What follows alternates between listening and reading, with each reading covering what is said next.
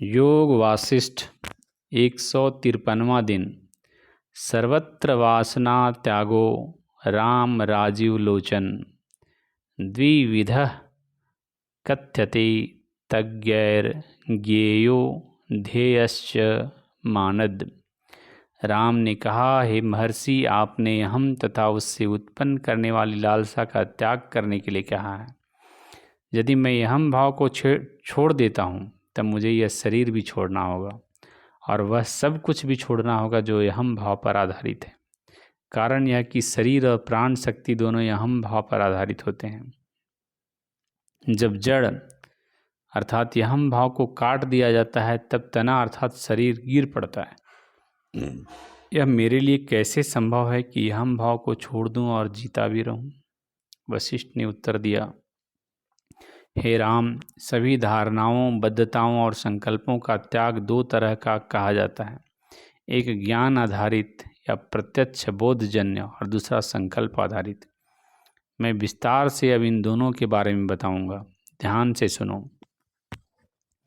पहले तो व्यक्ति को अपनी इस भ्रामक धारणा से अवगत होना चाहिए कि संसार के इन सभी पदार्थों से मेरा जुड़ाव है और मेरा जीवन इन पर निर्भर है। मैं भी इनके बिना नहीं रह सकता और मेरे बिना इनका अस्तित्व भी खतरे में पड़ सकता है।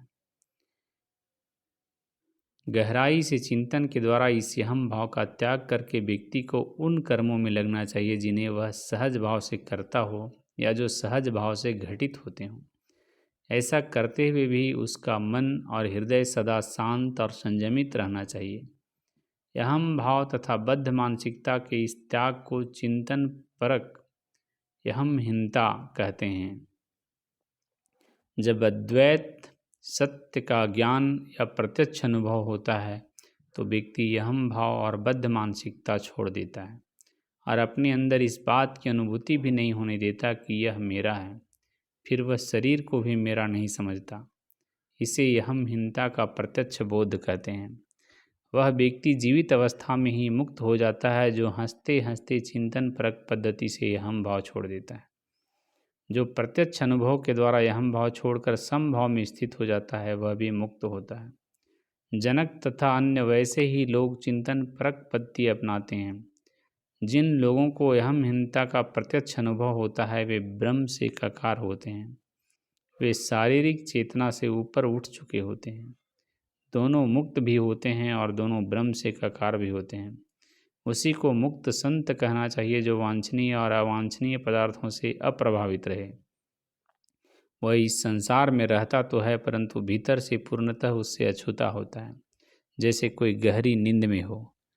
महर्षि के उक्त कथन के साथ दिन की समाप्ति हुई और सभा विसर्जित हुई।